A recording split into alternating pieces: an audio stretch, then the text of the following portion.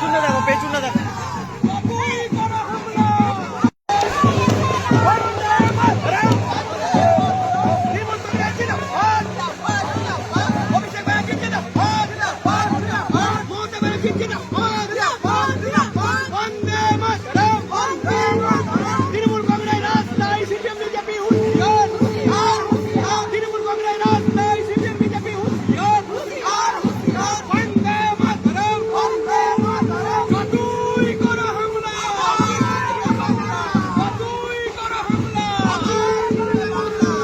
টাকা বাড়িয়েছে, তাহলে কি বলবেন?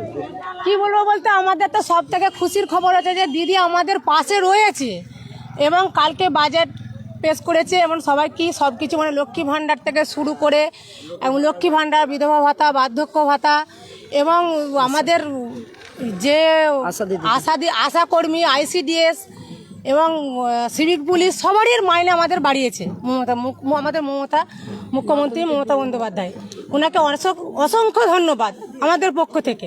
আর আমরা চাই যে 26-এ আমাদের দিদিকেই আমরা চাই, আমরা দিদিকে জয় করব। আনন্দিত আমরা খুবই আনন্দিত, এত আনন্দিত বলে বোঝানো যাবে না। এটা রং মাখা বা আমাদের এত মহিলা দেখি বুঝতে পারবেন যে আমরা কত আনন্দ। কি নাম? আমার নাম বিলকিস বেগম। কি পদে আছেন? আমি তিরোল গ্রাম পঞ্চায়েতের প্রধান এবং আরামবাগ ব্লকের সভানেত্রী, সহসভানেত্রী। বাজেট পেশ হয়েছে, এতে মহিলারা কতটা খুশি এবং আনন্দিত? সর্বোপরি আমি একটা কথাই বলবো, আমরা বাংলার বুকে জন্মগ্রহণ করেছি। এইটাই হলো আমাদের সবার গর্ব যে আমরা বাংলার নেত্রী মমতা ব্যানার্জিকে পেয়েছি, মা হিসেবে পেয়েছি। এইরকম নেত্রী সারা বিশ্বে নাই। এত বড় নেত্রী, এত বড় যে তার কাজের ধারা, সে একের পর এক মানুষের জনমুখী প্রকল্প, একের পর এক মানুষের পাশে দাঁড়ানো তো শুরু করে আজকে মা বোনেদের লক্ষ্মীর ভাণ্ডার দিয়ে তাদেরকে স্বনির্ভর করে তুলেছে।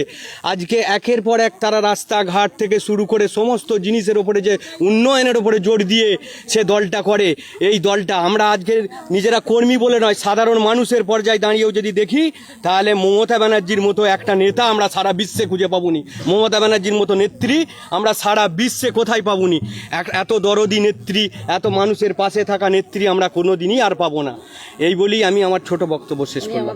ছোট প্রশ্ন আছে আপনার কাছে, এই যে এসআইআর নিয়ে মানুষ হ্যারাসমেন্ট হচ্ছে এবং সারা দেশ দেখলো প্রথমবারের জন্য ভারতবর্ষের একজন মুখ্যমন্ত্রী সুপ্রিম কোর্টে লড়ছেন, কি বলবেন?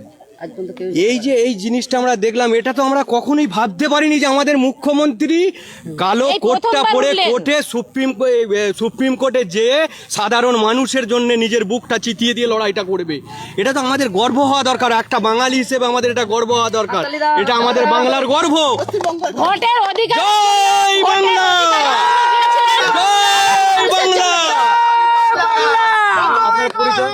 আমার পরিচয়, আমি এই পুইন গ্রামের একটা ছোট্ট নেতৃত্ব এবং আমার নাম হলো সৈয়দ আজিজুল রহমান, ডাকনাম মুকুল।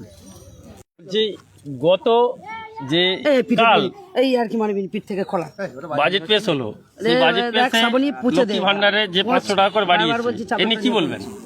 এই নিয়ে বলার কিছু নাই। এই উচ্ছ্বাসী মনে হচ্ছে যে আজকে মায়েরা বোনেরা কতটা আনন্দিত। তার কারণ আমাদের নেত্রী মিথ্যে প্রতিশ্রুতি দেয় না। 26-এ ভোট, তার আগেই কিন্তু নেত্রী আমাদের যারা জেনারেল তাদের হচ্ছে 1500 টাকা, আর যারা এসসি এসটি তাদের হচ্ছে 1700 টাকা। এখানেই বোঝা যায় যে নেত্রী ভোটের জন্য কাজ করে না, মানুষের জন্য কাজ করে। আর ভারতের যে প্রধানমন্ত্রী বলেছিল যে প্রত্যেকটা অ্যাকাউন্টে 3 লাখ করে টাকা দিবে, 1 টাকাও কিন্তু উনি দেননি।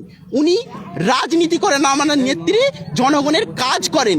এবং এখানে লক্ষ্মীর যে ভার দেখতে পাচ্ছেন, যে লক্ষ্মীর ভার এখানে তিরোল অঞ্চল এবং পুইন গ্রাম যে উচ্ছ্বাস, যে উন্মাদনা, কালকে বাজেট পেশ করে যে বেকার যুবক তাদের জন্যও ভেবেছে এবং মহিলার জন্যও ভেবেছে।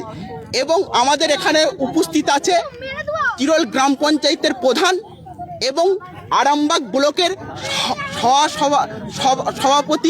সহসভাপতি নেত্রী মাননীয়া বিলকিস বেগম এবং জেলা পরিষদের সদস্য সুজানা বেগম এবং আমাদের নেতা মুকুলদা এবং এখানে সমস্ত সদস্য এবং তিরোল অঞ্চলের সমস্ত নেতৃত্ব এখানে উপস্থিত আছে। সামনে 26-এ ভোট, কি বলবেন? 26-এ বল দিদি, দিদি জিতে গেছে। দিদি এখানে বলার কিছু নেই, দিদি জিতে গেছে। তার কারণ 26-এ ভোট, দিদি প্রত্যেকটা বিধানসভায় দিদি জয় জয়কার। এখানেই আনন্দ, মানে মহিলাদের যে 21-এ বলেছিল যে যদি 21-এ জিতি প্রত্যেকটা এসসিকে, মানে যারা জেনারেলে 500 টাকা, এসসিতে 1000 টাকা, কিন্তু উনি ওনার কথা রেখেছেন।